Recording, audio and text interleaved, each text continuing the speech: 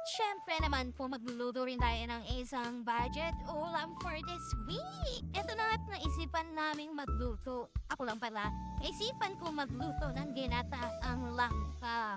Mabilisan lang ito, ano? Konti lamang ang ingredients. Kasi nga, budget ulam nga ni. Ayun na nga't nag-isa na ako ng sibuyas, bawang. Isinabay ko na rin yung giniling.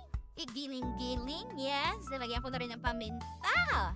Konting patis para lumasa naman, ano? At ito nga palang wagoong na aking ilalagay ay luto na, ano? Ay, nabili ko lang sa palengke.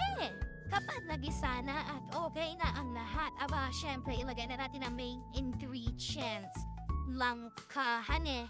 Kapag nailagay na ang lahat, abay, ilagay na rin natin yung pangalawang piga ng gata. Tulad yan ang sabi ko, mabilis lang ito. Abay, tunay naman, wala na akong maisip kung anong idadagdag kong pang-ulam sa meal prep. Mag-comment nga kayo kung anong masarap ulamin. Pagka-comment nyo, abay, magpadala na rin kayo sa Gcash ko para may pambili ako, hane. Charot. Ayun ang tinakpan ko na para mabilis ng kumulo. Baka mauna pang kumulo ang dugo ko din eh. Char! Bago ilalagay ko na rin yung mga nabili kong gata sa palengke, abay 3 balot nga pala ito, hane.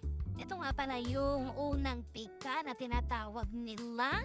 Ito lang kasi yung nakita ko. Pero madalas yung ginagamit ay ang cocomelon. Coco mama, baka naman. Lagyan na rin natin yan ng pampalasa. Ayan at naglagay na ako ng paminta at patis. Halu-haluin at malapit na rin itong matapos. Ewan ko ba pero para sa akin, kahit anong luto na may gata, abay gustong gusto ko. Kayo rin ba? At yan na nga po mga kaibigan, ang ating ginataang langkang. Simpleng-simple lamang, yes!